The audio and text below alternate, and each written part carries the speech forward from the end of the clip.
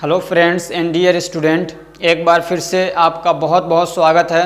तो आज की इस वीडियो में हम लोग पढ़ने वाले हैं हॉस्पिटल एंड क्लिनिकल फार्मेसी का चैप्टर नंबर 4 और आज का हमारा टॉपिक है ड्रग डिस्ट्रीब्यूशन।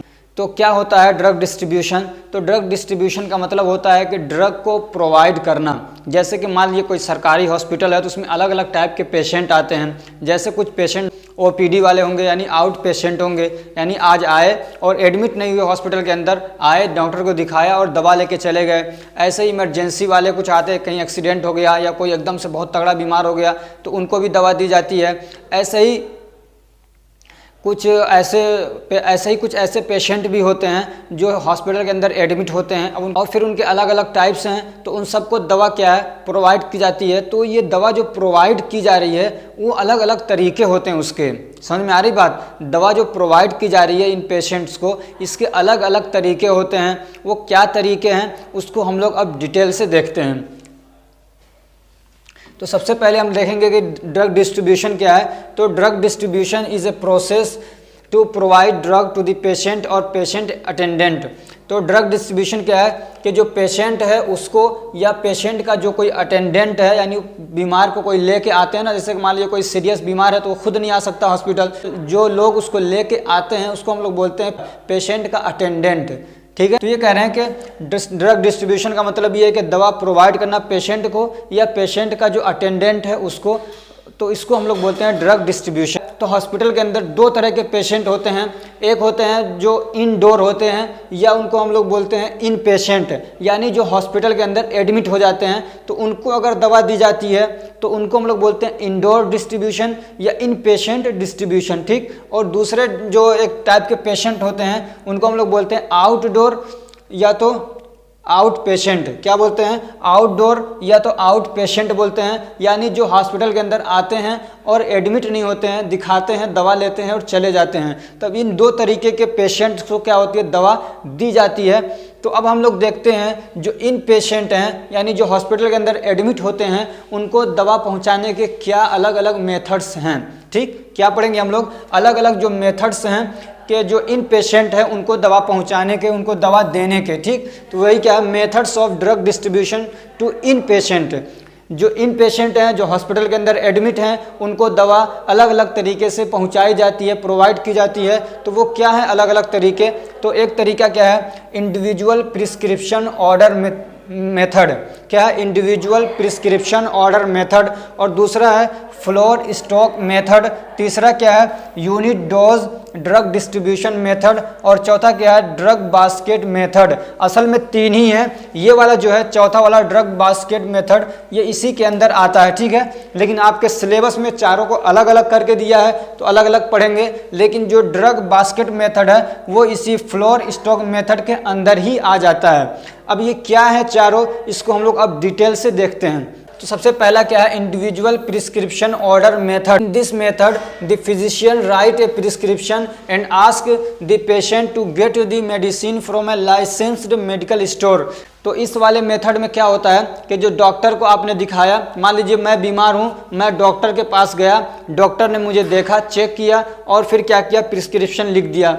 अब मेरी जिम्मेदारी होती है कि मैं किसी मेडिकल स्टोर से वो दवा लेके आऊँ और फिर वहीं से वो शेड्यूल बता देते हैं और मैं लाके दवा अपना खाता रहता हूँ। फिर वापस लाके मैं डॉक्टर को दिखाता नहीं दिखाता, इससे डॉक्टर को मतलब नहीं होता, सिर्फ डॉक्टर ने प्रिस्क्रिप्शन लिख दिया। तो ये वाला जो तरीका है इसको हम लोग बोलते हैं इंडिविजुअल प्रिस्क्रिप्शन ऑर्डर मेथड। अब इसके एडवांटेज क्या हैं? तो all the prescribed medicine are directly reviewed by a pharmacist. तो इसका मतलब हो गया कि जो भी प्रिस्क्राइब्ड दवा है उसको क्या होता है फार्मासिस्ट खुद देखता है, उसको रिव्यू करता है कि इस प्रिस्क्रिप्शन में कोई गड़बड़ी तो नहीं है, कोई एरर तो नहीं है, ये बीमारी कुछ और है और दवा कुछ और तो नहीं दे दी गई है। तो ये फार्मासिस्ट क्या करता है पूरा एक बार चेक कर लेता है। दूसरा फायदा क्या है less number of staff required in hospital. तो कह रहे हैं कि हॉस्पिटल के अंदर स्टाफ की रिक्वायरमेंट कम हो जाती है, क्योंकि आदमी जाता क्या प्रिस्क्रिप्शन लिया अपना, खुद जाके दवा ले रहा है मेडिकल स्टोर से, तो अब उसको इसमें हॉस्पिटल के अंदर स्टाफ बढ़ाने की ज़रूरत नहीं है, बल्कि स्टाफ इससे कम हो जाते हैं। और तीसरा फायदा क्या है it may be cheaper than hospital pharmacy. और ये क्या है, ये जो दवा है वो सस्ती हो सकती है बिलमुकाबिल इसके कि आदमी हॉस्पिटल के अंदर जो फार्मेसी है वहीं से दवा ले रहा है, हो सकता है वहाँ पे छूट न मिले, और बाहर से अगर किसी भी लाइसेंस मेडिकल स्टोर से ले रहा है तो वहाँ से हो सकता है उसको क्या है छूट मिल जाए, तो ये दवा इस तरीके से सस्ती मिल सकती है। अब इसके डिसएडवांटेज क्या हैं, तो chances of increasing medication error due to wrong scheduling, तो इसमें इस बात के भी चांसेस है कि मेडिकेशन एरर आ जाए, क्यों कि जो शेड्यूलिंग है वो रॉन्ग हो सकती है। हो सकता है कि उस आदमी को, जो पेशेंट है, जो बाहर से कहीं से मेडिकल स्टोर से दवा ले लिया है तो उसको गलत टाइमिंग बता दी गई हो, शेड्यूलिंग गलत कर दी गई हो, चूँकि हर हॉस्पिटल के हर फार्मेसी पे, हर मेडिकल स्टोर पे बहुत एक्सपर्ट लोग ही नहीं होते हैं, बहुत सारे नए लोग भी आते हैं जिनको भी अच्छे से मालूम नहीं होता है, या बहुत सारे छोटे हॉस्पिटल्स होते हैं जहाँ पे एक्सपर्ट लोग नहीं होते हैं, तो उनकी वजह से दिक्कत आ सकती है। ऐसे ही रॉन्ग एडमिनिस्ट्रेशन भी हो सकता है कि मान लीजिए जो दवा है उसको खाना था सबलिंगुअल, लेकिन सामने जो दवा देने वाला आदमी था उसको यही नहीं पता था कि सबलिंगुअल है या ओरली खाएंगे इसको, तो इस तरीके से भी दिक्कत आ सकती है। ठीक, और क्या इसके चांसेस है, इसमें डिसएडवांटेज क्या है, greater chances for drug interaction, तो इसमें दवा के इस बात के बहुत ज़्यादा चांसेस हैं कि ड्रग इंटरेक्शन हो जाए, चूँकि अगर मान लीजिए हॉस्पिटल के अंदर कोई एडमिट है और उसको दवा दी जा रही है नर्स वगैरह के निगरानी में, तो ड्रग इंटरेक्शन के चांसेस कम हैं, और वो बाहर से दवा लिया और खुद से खा रहा है तो हो सकता है दवा मिल उल जाए इधर एक दूसरे में, और तो इस तरीके से ड्रग इंटरेक्शन हो सकता है उसको। ठीक, और क्या, देयर में भी delay in obtaining required drugs, और ये भी इसमें हो सकता है कि आदमी को प्रिस्क्रिप्शन लिखा कि दवा आपको लेनी है, लेकिन वो बाहर जा रहा, दुकान बंद थी, या तो फिर मेडिकल स्टोर पे कहीं एक दो पे गया, दवा मिली नहीं, तो जो रिक्वायर्ड टाइम है कि इतना जल्दी इसको दवा लेना है वो नहीं ले पा रहा है, तो ये भी इसके एक डिसएडवांटेज हैं। अब जो दूसरा टाइप ड्रग डिस्ट्रीब्यूशन का वो क्या है, फ्लोर स्टॉक मेथड, वो क्या है, फ्लोर स्टॉक मेथड, तो ये क्या होता है, तो in this method the drugs are stored in the chief stock room, या यहाँ पे आप कर सकते हैं मेन फार्मेसी, क्या मेन,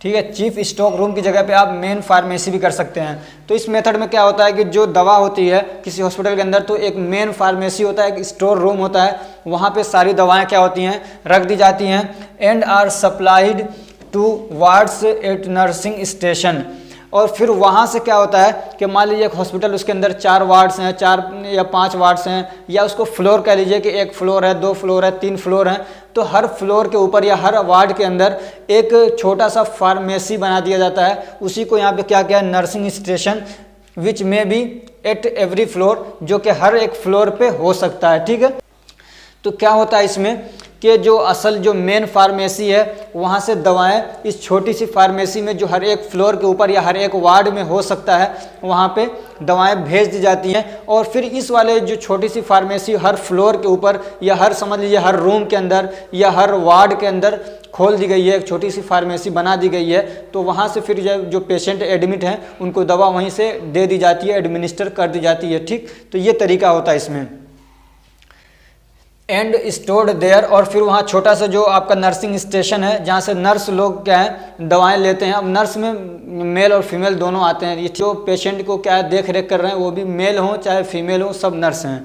ठीक, and from there administered to a patient by a nurse, और फिर किसी नर्स के थ्रू क्या है वो दवा किसी पेशेंट को एडमिनिस्टर की जाती है, दे दी जाती है, खिला दी जाती है, इंजेक्शन के थ्रू इंजेक्ट कर दी जाती है, according to the chart order of the physician, जो फिजिशियन ने उसके आदमी के लिए दवा की एक चार्ट बनाई है। तो जैसे कि आप देखे होंगे हॉस्पिटल के अंदर बहुत सारे जो पेशेंट रहते हैं तो उनका पूरा एक चार्ट बना रहता है कि इस पेशेंट को ये दवा देनी है, सुबह में 8 बजे ये दवा देनी है, 12 बजे ये दवा देनी है, फिर शाम में 5 बजे ये दवा देनी है, तो पूरा उनके पास चार्ट रहता है। तो वही कह रहे हैं कि वो चार्ट के अकॉर्डिंग वो क्या करते हैं, इस छोटा वाला जो इनका एक फार्मेसी है जिसको हम लोग नर्सिंग स्टेशन बोलते हैं, तो उस नर्सिंग स्टेशन से नर्स लोग दवा लेते हैं और चार्ट के अकॉर्डिंग जब वो पेशेंट को दवा देनी रहती है तो उसके अकॉर्डिंग दवा वो क्या करते हैं दे देते हैं।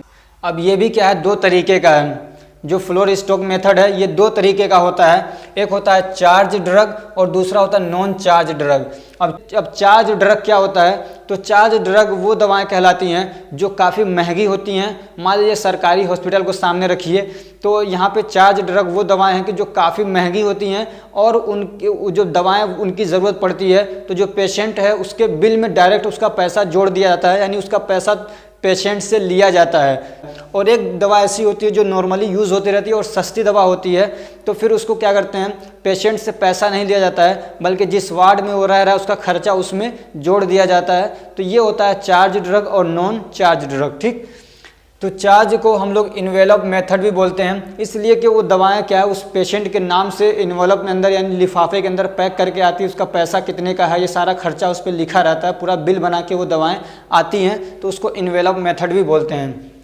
तो दीज आर एक्सपेंसिव ड्रग, तो चार्ज ड्रग क्या हैं, ये एक्सपेंसिव ड्रग होती हैं, obtained from the pharmacy store, और फार्मेसी स्टोर से इसको लिया जाता है। And cost of these drugs are billed in the patient account, और इस दवा का जो कॉस्ट है, जो खर्चा है, वो पेशेंट के अकाउंट में क्या है जोड़ दिया जाता है, बिल कर दिया जाता है। ठीक, और दूसरा कौन सा होता है, नॉन चार्ज ड्रग, इसको ड्रग बास्केट मेथड भी बोलते हैं। तो दीज आर चीपर ड्रग्स, ये जो दवाएं होती हैं क्या होती हैं, सस्ती होती हैं। एंड आर कॉमनली यूज्ड, और ये जो दवाएं होती हैं कॉमनली यूज होने वाली दवा होती हैं। Their cost are not directly billed in the patient account, और इसका जो कॉस्ट है वो डायरेक्टली पेशेंट से नहीं ली जाती है, उसके अकाउंट में बिल नहीं किया जाता उसको, बल्कि क्या होता है, but included in the per day cost of hospital ward, बल्कि उस हॉस्पिटल के वार्ड का जो डेली का खर्चा है उसमें उसको जोड़ दिया जाता है। तो इसका क्या एडवांटेज है, drugs are readily available for use, तो इसका एक फ़ायदा ये है कि इस वाले सिस्टम में कि हर फ्लोर के ऊपर या हर वार्ड में दवा को क्या एक छोटा सा फार्मेसी बना दिया गया है। तो इसका एक फ़ायदा ये है कि ड्रग्स हमेशा क्या होती हैं, तैयार होती हैं एडमिनिस्टर करने के लिए। जाहिर सी बात है कि मान लीजिए हर जगह दवा मौजूद है, ज़रूरत पड़ी तो दर्द बहुत तेज़ हो रहा वहीं से निकाला दे दी दवा। ऐसे मान लीजिए किसी को हार्ट अटैक आने लग गया, यानी उसके कोरोनरी आर्टरीज में ब्लॉकेज हो गए, तुरंत दवा निकाली और खिला दी। नहीं पता चल रहा है कि अब जा रहे हैं मेडिकल स्टोर पे लेने या फार्मेसी में या हॉस्पिटल के अंदर जो फार्मेसी है वो थोड़ा दूर है, अभी गए वहाँ दवा लेने और लेके आ रहे हैं, तब तक पता चला कि इधर पेशेंट का काम तमाम हो गया। तो इसलिए ये वाला तरीका क्या अच्छा है कि दवा तुरंत एकदम अवेलेबल रहती है हर वक्त वहाँ पे। ऐसे दूसरा फ़ायदा क्या है, reduce the number of staff, इससे स्टाफ का नंबर भी कम हो जाता है। चाहिए मान लीजिए किसी वार्ड में 2 नर्स हैं, ठीक, अब दवा वहाँ पे रखी है, आराम से लेके केयर कर पा रहे हैं, लेकिन बार बार दवा लेने जाना पड़ रहा है, तो पेशेंट को देखभाल करने के लिए भी कोई होना चाहिए ना, तो इस तरीके से स्टाफ की ज़रूरत बढ़ जाती है। तो इस वाले सिस्टम में क्या है, जहाँ पे दवा अवेलेबल रहती है हर फ्लोर के ऊपर, तो उसमें स्टाफ का जो नंबर है, तादाद जो कम हो जाती है। तीसरा क्या है, the number of drug order by nurse is also reduce, और जो नर्स वगैरह हैं तो वो लोग क्या करते हैं, जैसे कि मान लीजिए जो दवा की ज़रूरत पड़ती है तो ऑर्डर करते हैं कि ये दवा चाहिए, तो इस तरीके से वो ऑर्डर का जो नंबर है वो कम हो जाता है, यानी इनको बार बार ऑर्डर नहीं करना पड़ता है, बल्कि दवा आके यहाँ पे एक बार डिमांड कर देते हैं कि ये दवा खत्म हो गई है और दवा इतनी आ जाती है वहाँ पे, तब इनको बार बार ऑर्डर नहीं करना पड़ता कि हर पेशेंट को जब दवा देने जा रहे हैं तब मंगा रहे हैं, हर पेशेंट को जब दवा देने जा रहे हैं तब मंगा रहे हैं, तो ऐसा नहीं करना पड़ता है, बल्कि दवा रखी रहती है और उसको लेके यूज़ कर लेते हैं। ऐसे ही reduce the number of drugs return to the pharmacy, और इसमें एक फ़ायदा ये भी है कि दवाओं को फार्मेसी के पास रिटर्न करने की ज़रूरत नहीं होती। मान लीजिए कुछ दवाएं आई और उसको पेशेंट को दिया और कुछ बच गई तो वापस करने की ज़रूरत नहीं होती, बल्कि यहीं पे जो फार्मेसी है छोटी सी उसमें वो दवाएं रख दी जाती हैं, तो इस तरीके से फार्मेसी में वापस रिटर्न करने की ज़रूरत भी नहीं पड़ती है दवाओं को। अब इसके डिसएडवांटेज क्या है, तो हर चीज़ के कुछ फ़ायदे होते हैं, कुछ नुकसान भी होते हैं। तो मेडिसिन एरर में इंक्रीज़, इसमें एक दिक्कत ये है कि मेडिसिन एरर हो सकता है, इसलिए कि ये जो दवा दी जा रही है, फिजिशियन ने मान लिया डॉक्टर ने प्रिस्क्रिप्शन लिख दिया कि इस पेशेंट को ये दवा देनी है, तो अब उसको कोई फार्मासिस्ट नहीं देख रहा है, बल्कि जो नर्स हैं वही देख रहे हैं। हालांकि नर्स आपको भी मालूम है कि जो नर्स वगैरह होते हैं वो सब बहुत ज़्यादा पढ़े लिखे नहीं होते हैं, बहुत कम पढ़े लिखे लोग होते हैं, 8,000 10,000 में से काम करते हैं, तो वो डायरेक्टली क्या करते हैं, दवा लेते हैं और एडमिनिस्टर कर देते हैं। तो इस तरीके से इंटरेक्शन दवा के एरर आने के चांसेस हैं, यानी गलत दवा हो सकता है कि दे दी जाए, ये चांसेस बढ़ जाते हैं। ठीक, ऐसे ही क्या है कि डिग्रेडेशन ऑफ ड्रग में इंक्रीज़, और ये कि इसमें मान लीजिए कोई छोटा सा हॉस्पिटल फार्मेसी है तो उसमें जो दवाएं रखी हो सकता है बहुत दिनों तक रखी रह जाएं, वो यूज़ नहीं हो पा रही हैं, तो इस तरीके से, और जो ये छोटा सा फार्मेसी है इसमें जो स्टोरेज कंडीशन है वो सारा तो इसमें मेंटेन नहीं किया जा पाएगा। तो इस तरीके से दवा यहाँ पे हो सकता है कि डिग्रेड हो जाए, उसकी क्वालिटी थोड़ी ख़राब हो जाए। तीसरा जो इसका डिसएडवांटेज वो क्या है, there is need of extra investment to maintain storage facility in every ward और फ्लोर। इसमें थोड़ा सा पैसा ज़्यादा खर्चा करना पड़ता है हॉस्पिटल को कि हर वार्ड के अंदर या हर फ्लोर के अंदर एक छोटा सा फार्मेसी बनाना पड़ता है। तो जाहिर सी बात है वहाँ पे थोड़ा सा इन्वायरमेंट भी बनाना पड़ेगा स्टोरेज के लिए, हो सकता है फ्रिज रखना पड़े, तो इस तरीके से खर्चा बढ़ जाता है। अब हम लोग पढ़ेंगे ड्रग बास्केट मेथड। तो क्या होता है ड्रग बास्केट मेथड, तो इसको भी देख लेते हैं हम लोग। तो it is a type of floor drug distribution. तो ये क्या है, एक तरीके का फ्लोर ड्रग डिस्ट्रीब्यूशन मेथड है। अभी आपने पढ़ा ना फ्लोर ड्रग डिस्ट्रीब्यूशन मेथड, तो ये भी एक तरीके का क्या है, फ्लोर ड्रग डिस्ट्रीब्यूशन मेथड है, लेकिन इसमें थोड़ी सी मतलब चेंजिंग है। तो क्या है वो देखते हैं हम लोग। तो इसको पहले थोड़ा सा समझिए कि ये जो है ना, ये भी एक तरीके का फ्लोर मेथड ही, इसमें थोड़ा सा क्या है और एक्सप्लेन करके पूछा है कि बास्केट मेथड क्या होता है। तो इसमें भी क्या है, हॉस्पिटल के जो वार्ड्स होते हैं, अलग अलग वार्ड्स या फ्लोर हैं, उस पर छोटी सी एक फार्मेसी बना दी जाती है, या ये समझिए कंटेनर रख दिए जाते हैं, यानी दवा रखने के कुछ बर्तन होते हैं बहुत सारे, जिसमें मतलब खास दवाएं जिनकी ज़रूरत पड़ती रहती है वो उसमें क्या होती हैं, रख दी जाती हैं। ठीक, अब क्या होता है, जब शाम का टाइम होता है, रात का टाइम होता है, तो कुछ लोग आते हैं जिसको हम लोग कह सकते हैं कि नर्स आते हैं और देखते हैं कि इसमें कौन कौन सी दवा ख़त्म हो चुकी है और कौन कौन सी बाकी है। ठीक, तो जो दवा ख़त्म हो चुकी है उसको अपने लिस्ट में वो क्या करते हैं, लिख लेते हैं कि ये दवा, उनके पास एक लिस्ट भी होती है कि ये दवा, उनके पास एक बड़ी लिस्ट होती है कि ये दवाएँ क्या हैं इस रूम में या इस वार्ड में होनी चाहिए। तो हर रूम में जा के चेक करते हैं, फिर देखते हैं कि इस रूम में ये वाली दवा नहीं है, तो उसको एक फॉर्म लिए अपने पास एक फॉर्म रखते हैं, एक पर्चा लेके रखते हैं, उसमें भर लेते हैं कि ये दवा नहीं है। ऐसे ही पूरा क्या है वो सारे रूम्स को चेक करते हैं और देखते हैं कि कुछ कंटेनर जिसमें दवाएं रखी जाती है वो खाली हैं, तो उसको अपने साथ वापस ले लेते हैं। उनके पास बास्केट होते हैं, समझिए बैग टाइप के होते हैं, या ट्रॉली होती है जिसको लेके क्या करते हैं, चलाते हुए लेके जाते हैं, उसमें वो क्या करते हैं, उसको रख लेते हैं। ठीक, अब उसको ले जाके फिर वो फार्मेसी में दे देते हैं, वो फॉर्म भी दे देते हैं कि ये दवाओं की डिमांड है, और वो कंटेनर जिसमें दवाएं रख के आती हैं वो भी ला के वहाँ पर पहुँचा देते हैं। फिर उसमें दवाएं क्या वापस भर के फिल करके वापस ला के उन रूम्स में, जिस रूम में ज़रूरत है उसमें रख दी जाती हैं। तो ये होता है आपका बास्केट मेथड। ठीक, इसके जो एडवांटेज और डिसएडवांटेज है ये सेम क्या है, उसी की तरीके से हैं जो फ्लोर मेथड के हैं, फ्लोर स्टॉक मेथड के हैं, सेम वैसे ही हैं। तो आप इसको PDF में देख लीजिएगा, कोई इसमें चेंजेस नहीं है। एक टाइप का जो ड्रग डिस्ट्रीब्यूशन है वो है unit dose drug distribution method. क्या है, unit dose drug distribution method. तो इसमें क्या है, जो दवाएं दी जाती हैं वो एक एक डोज के हिसाब से, जितने डोज की ज़रूरत पड़ती है उतने डोज क्या है फार्मेसी से दवाएं मंगाई जाती हैं। समझ में आ रही, उसमें मान लीजिए पूरी दवाएं ला के रख दी जा रही थी, लेकिन इसमें क्या होता है कि मान लीजिए कोई पेशेंट है किसी रूम नंबर 10 में, तो उसको कौन सी दवा की अभी ज़रूरत है, मान लीजिए उसको पैरासीटामोल की ज़रूरत है, तो जो नर्स है वो जाएगा वहाँ पे या जाएगी वहाँ पे फार्मेसी में और कहेगी कि इसको एक पैरासीटामोल की ज़रूरत है, तो वहाँ से पैरासीटामोल लेके आएगी और इसको खिला देगी। तो इसको बोलते हैं हम लोग यूनिट डोज। ठीक है, एक डोज या सिंगल डोज। तो इस तरीके से दवाएँ आती हैं। ठीक, तो ये है। तो in this method the drugs are prepared and distributed in a single dose to use once. तो इस मेथड में क्या होता है, जो दवाएं होती हैं वो प्रिपेयर्ड की जाती हैं एंड डिस्ट्रीब्यूटेड, और उनको क्या किया डिस्ट्रीब्यूट किया जाता है इन ए सिंगल डोज के अंदर, यानी सिंगल यूनिट के अंदर, टू यूज़ वंस, सिर्फ एक बार यूज़ करने के लिए, गया यूज़ किया ख़त्म। अब आपको यहाँ पे हो सकता है कि दवाएं फार्मेसी में प्रिपेयर्ड भी की जाती हैं क्या, तो कोई ज़रूरी नहीं कि प्रिपेयर्ड का मतलब इसका पूरे सिरे से बनाई जा रही हो। बहुत सारे इंजेक्शन होते हैं जो पाउडर के फॉर्म में होते हैं, फिर डिस्टिल वाटर में मिला के उसको क्या इंजेक्शन बना दिया जाता है, ये प्रिपेयर्ड करना भी कह सकते हैं आप इसको। ठीक, ये जो unit dose drug distribution method है ये दो टाइप का है। एक होता है सेंट्रलाइज्ड यूनिट ड्रग डिस्पेंसिंग, क्या होता है सेंट्रलाइज्ड यूनिट डोज डिस्पेंसिंग, जिसको हम लोग बोलते हैं CUDD, और दूसरा होता है डिसेंट्रलाइज्ड यूनिट डोज डिस्पेंसिंग। आपको इसमें रटने की कुछ भी ज़रूरत नहीं है, सिर्फ ये जो टॉपिक्स हैं ना इसको थोड़ा सा समझ लेंगे तो आराम से आपको याद कर सकते हैं। तो अब इसमें क्या होगा, सेंट्रलाइज्ड मतलब ये कि कोई एक फार्मेसी है, सेंटर वही है, समझ रहे हैं, एक फार्मेसी है। जब भी पूरे हॉस्पिटल में कहीं से भी दवा की ज़रूरत पड़ रही है तो उसी फार्मेसी से लेके दवा को आ जा रहे हैं।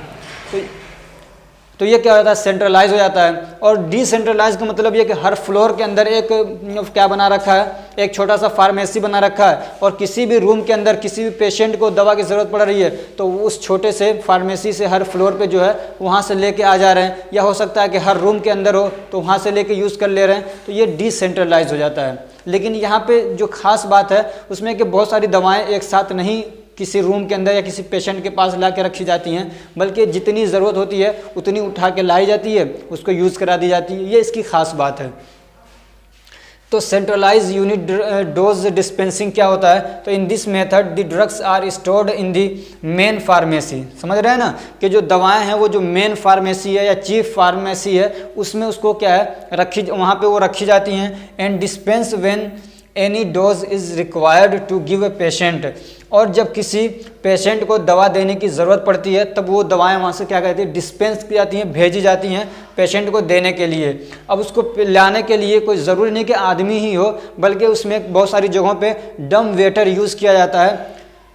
डम वेटर क्या होता है, तो आप समझिए ऑटोमेटिक सिस्टम होता है, रोबोटिक सिस्टम होता है कि जैसे आपने ऑर्डर किया कि ये दवा चाहिए, तो वो जो फार्मेसी वहाँ पे है, फार्मासिस्ट जो बैठा हुआ जो काम कर रहे हैं लोग उस सेंट्रलाइज्ड उस मेन फार्मेसी के अंदर, तो वो लोग क्या करते हैं वहाँ से फ़ौरन वो दवा तैयार करते हैं और वो इस डम वेटर के थ्रू उसमें रखेंगे। और समझिए रोबोटिक सिस्टम या लिफ्ट वाला सिस्टम है, उसके थ्रू क्या है जिस रूम में ज़रूरत है वहाँ पे भेज देते हैं, तो पूरा सिस्टम बनाया रहता है। ये काफ़ी एक्सपेंसिव होता है। तो इस तरीके से क्या करते हैं यूनिट डोज, यानी कि मान लीजिए एक दवा की ज़रूरत पड़ी तो फ़ौरन फार्मेसी से क्या करते हैं उस रोबोटिक सिस्टम के थ्रू या उस लिफ्ट वाले सिस्टम के थ्रू क्या करते हैं फ़ौरन वो आपके उस रूम के अंदर भेज देते हैं जहाँ पे ज़रूरत है। तो इस सिस्टम को हम लोग क्या बोलते हैं, तो इस तरीके को हम लोग बोलते हैं डम वेटर के थ्रू। ठीक है, क्या बोलते हैं, डम वेटर। और उसके साथ में दवा के साथ में क्या होता है, एक मेडिकेशन कार्ड भी होता है। जैसे कि मान लीजिए किस पेशेंट के नाम से दवा जा रही है, किस रूम में जा रही है, सारा ये पूरा डिटेल उस पर रहता है। अब जो दूसरा होता है वो होता है डिसेंट्रलाइज यूनिट डोज डिस्पेंसिंग, इसको हम लोग DUDD बोलते हैं। तो इसमें क्या होता है, in this method a small pharmacy is made on every और on each floor of the hospital. तो इसमें क्या होता है कि हॉस्पिटल के जो जितने फ्लोर हैं, यानी मान लीजिए मंजिल बोलते हैं ना कि फर्स्ट मंजिल, दूसरी मंजिल, तीसरी मंजिल, तो ये जितने फ्लोर हैं तो हर फ्लोर पे क्या होता है एक छोटा सा फार्मेसी बना दिया जाता है। फिर वहाँ से क्या होती है, अब दवा सप्लाई होती है। And drugs are supply to this pharmacy from main pharmacy on receiving the demand. और ये जो छोटी छोटी फार्मेसियाँ हैं जो हर फ्लोर के ऊपर बना दी गई हैं, तो मेन जो फार्मेसी है वहाँ से दवाएं यहाँ पे भेज दी जाती हैं। ठीक, from this small pharmacy drugs are dispense in unit dose when required to give a patient. फिर यहाँ से क्या होती हैं यूनिट डोज में, यानी एक एक डोज की जितनी ज़रूरत होती है। मान लीजिए एक पेशेंट को एक दवा की ज़रूरत है या 2 दवा की ज़रूरत है, तो 2 दवाएं वो 2 दवाएं वहाँ से लाई जाती हैं और पेशेंट को दे दी जाती हैं। अब इसको लाने वाला कोई क्या कहते हैं आदमी भी हो सकता है, और हो सकता है कि रोबोटिक सिस्टम हो कि वहाँ से उन्होंने फ़ौरन ऑर्डर किया और उन्होंने रोबोटिक सिस्टम से भेज दिया। जैसे कि आपने देखा होगा कि ऑक्सीजन के लिए पाइप से लगे रहते हैं, ऐसे उसको पहुँचाने के लिए आपने देखा होगा बड़े बड़े क्या कहते हैं जो होटल होते हैं उसके अंदर खाने पहुँचाने के सिस्टम होते हैं। ऐसे ही ये दवा पहुंचाने के क्या सिस्टम बना रखा है कि वहाँ से फ़ौरन लाके आपके रूम में वो दवा पहुंचा दी जाएगी। अब इसके एडवांटेज क्या हैं, तो pharmacist check the physician's prescription before administration of drug by a nurse. तो इसमें क्या कह रहे हैं कि जो फार्मासिस्ट होता है वो प्रिस्क्रिप्शन को देखता है, यानी उसको वेरीफाई करता है कि इसमें कोई गलती है कि नहीं है, कुछ खराबी तो नहीं है, कहीं एरर तो नहीं है, तो इस तरीके से गलत दवा एडमिनिस्टर नहीं की जाएगी। तो एक फ़ायदा ये है। दूसरा क्या है कि less chances for stolen of drug, इसमें दवा के चोरी होने के चांसेस नहीं हैं। मान लीजिए एक तो ये कि दवा रखी हुई है और जितना मन कर रहा है आदमी जैसे यूज़ कर रहा है, तो इसमें दवा चोरी होने के खतरा है। ठीक है, डर है। हो सकता है एक इंजेक्शन लगाया और कह दिया कि 2 लग गए, तो एक क्या डायज़ेपाम जेब में रख लिया, तो ये नहीं हो सकता इस वाले में कि जितने की ज़रूरत है उतना ही क्या है फार्मेसी से दवा लाई जा रही है, तो इसमें चोरी नहीं होगी। ऐसे क्या लो इन्वेस्टमेंट, इसमें क्या है इन्वेस्टमेंट थोड़ा कम लगता है। क्यों कि because storage facility is not required at each floor on ward. तो इसमें इन्वेस्टमेंट इस तरीके से कम होता है कि आपने पढ़ा ना ये सेंट्रलाइज वाले में, इस वाले में तो ज़रूरत पड़ेगी कि हर उस पर क्या एक छोटा फार्मेसी बना रहे हैं तो वहाँ पे तो खर्चा करना पड़ेगा, लेकिन अगर सेंट्रलाइज यूनिट डोज डिस्पेंसिंग है तो उसके एडवांटेज में आप ये लिख सकते हैं कि लो इन्वेस्टमेंट की ज़रूरत पड़ेगी, क्योंकि एक ही जगह सारी दवाओं को स्टोर किया जा रहा है। हर फ्लोर के ऊपर दवा को स्टोर करने के लिए स्टोरेज फैसिलिटी प्रोवाइड करने की ज़रूरत नहीं होगी, तो इस तरीके से इसमें खर्चा कम हो जाएगा। लेकिन वो फर्स्ट टाइप में है जो सेंट्रलाइज्ड वाले में। डिसेंट्रलाइज्ड वाले में ये वाला आप नहीं लिखेंगे, ठीक है, ये वाला डिसेंट्रलाइज वाले में नहीं लिखेंगे इसमें, इसलिए कि इसमें तो हर उस पर एक छोटी सी फार्मेसी बनानी पड़ रही है। और चौथा इसका फ़ायदा क्या है कि nurses have more time to care patient because all dose are prepared in pharmacy.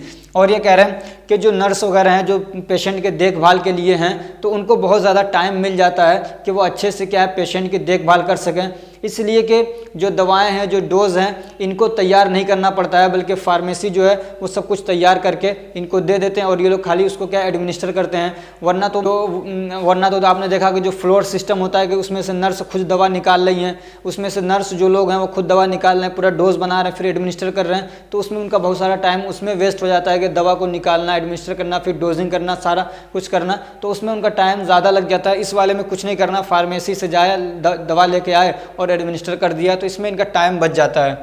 अब इसके डिसएडवांटेज क्या हैं, तो टाइम कंज्यूमिंग, इसमें क्या होता है कि टाइम बहुत ज़्यादा खर्चा होता है। किस तरीके से, किसका टाइम खर्चा होता है, नर्सेज का तो टाइम बच जाता है, लेकिन जो फार्मासिस्ट होता है उसका टाइम ज़्यादा इसमें खर्च होता है कि pharmacist has to give more time in handling each dose individually than sending the bulk drug to a ward। तो इसमें जो फार्मासिस्ट है उसको क्या आता है, हर डोज को वो खुद तैयार करता है, तो इसमें उसको ज़्यादा टाइम देना पड़ता है। इसके मुकाबले में कि वो पूरी बहुत सारी दवाएं एक साथ भेज दिया और जितनी ज़रूरत है उसके हिसाब से वो लोग अपना डोज बना के दे रहे हैं, तो उसमें इसका टाइम बच जाता है। लेकिन इस वाले सिस्टम में कि यूनिट डोज इसको बना के देना है, तो इसमें इसका टाइम क्या होता है, ज़्यादा वेस्ट होता है। दूसरा क्या है, इंक्रीज स्टाफ, इसमें स्टाफ की ज़रूरत ज़्यादा पड़ती है, इसलिए कि हर यूनिट डोज को जाके बार बार लाना पड़ेगा फार्मेसी से, तो उसके लिए स्टाफ की ज़रूरत पड़ती है, तो ये भी इसका एक क्या है डिसएडवांटेज है। ऐसे ही इसमें कॉस्ट बढ़ जाता है। कॉस्ट इस तरीके से बढ़ जाता है कि इसमें एडिशनल इक्विपमेंट की ज़रूरत पड़ती है दवा को डिलीवर करने के लिए। जैसे कि आपने पढ़ा कि डम वेटर होते हैं, यानी रोबोटिक सिस्टम है कि वहाँ से दवा को डायरेक्टली भेज दे रहे हैं हर रूम के अंदर या हर वार्ड के अंदर, तो उसके लिए तो पूरा सेटअप बनाना पड़ेगा, तो उसके लिए तो पैसा ज़्यादा लगेगा, तो ये इसमें कॉस्ट बढ़ जाता है थोड़ा। और क्या, अब आपने ये जो हम लोगों ने पढ़ा है अब तक, ये जो पढ़ा हम लोगों ने, ये इन पेशेंट के अंदर, यानी जो पेशेंट जो हॉस्पिटल के अंदर एडमिट रहते हैं उनको दवा देने के तरीके थे। अब हम लोग पढ़ेंगे आउट पेशेंट। तो आउट पेशेंट में बहुत ज़्यादा झाम नहीं है, सिंपल सा तरीका है, वो देख लेते हैं हम लोग। तो क्या आउट पेशेंट को कैसे दवा दी जाती है, तो in this type of drug distribution drugs are provided to the patient are not admitted in hospital। तो आउट पेशेंट कौन से होते हैं, तो आउट पेशेंट वो होते हैं कि जो हॉस्पिटल के अंदर एडमिट नहीं होते हैं, ठीक, और उनको जब दवा दी जाती है तो उसको हम लोग बोलते हैं drug distribution to out patient. अब ये वो लोग होते हैं जो जनरल या इमरजेंसी ट्रीटमेंट के लिए आते हैं, यानी एक नॉर्मल बीमारी के लिए या किसी इमरजेंसी ट्रीटमेंट के लिए, जैसे कि मान लिया किसी का एक्सीडेंट हो गया या किसी को सांप ने काट लिया, तो ऐसे जो इमरजेंसी ट्रीटमेंट है उसके लिए ये लोग आते हैं और एडमिट नहीं रहते हैं।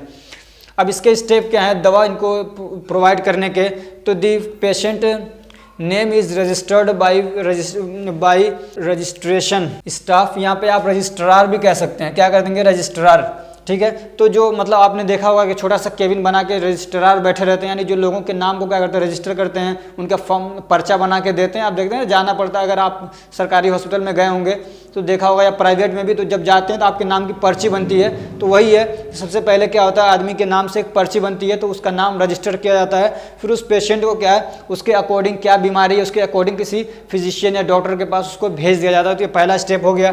फिर क्या होता है, जो डॉक्टर है, जो फिजिशियन है, वो पेशेंट को चेक करता है और फिर उसके लिए प्रिस्क्रिप्शन लिख देता है। अब जो पेशेंट है वो प्रिस्क्रिप्शन को लेता है और जो क्या है फार्मेसी पे पहुंच जाता है, मेडिकल स्टोर जो है हॉस्पिटल के अंदर जो फार्मेसी है, जो मेडिकल स्टोर है, वहाँ पहुंच जाता है। फिर जो फार्मासिस्ट है वो क्या करता है, उस पर्चे को बहुत ध्यान से पर्चे को पढ़ता है, प्रिस्क्रिप्शन को पढ़ता है केयरफुली, ठीक। उसके बाद क्या करता है, रिकॉर्ड करता है, यानी जो प्रिस्क्रिप्शन में कौन सी दवा लिखी है, किसके नाम से है, वो सब उसमें रिकॉर्ड करता है। फिर उसके बाद उस प्रिस्क्रिप्शन के अकॉर्डिंग उसको दवा क्या है प्रोवाइड कर देता है। तो ये क्या होता है, drug distribution to out patient. तो वीडियो काफ़ी लंबी हो चुकी है, इस पार्ट में हम लोग इतना ही रखते हैं। बाकी जो चौथे चैप्टर का कुछ बच गया है उसको हम लोग नेक्स्ट वीडियो में देखते हैं। तब तक के लिए अपना बहुत ख्याल रखिए। अगर ये हमारी कोशिश अच्छी लग रही है तो वीडियो को लाइक करिए, चैनल को सब्सक्राइब करिए और अपने फ्रेंड्स को भी शेयर करिए ताकि वो भी इससे फ़ायदा उठा सकें। Thank you so much for watching.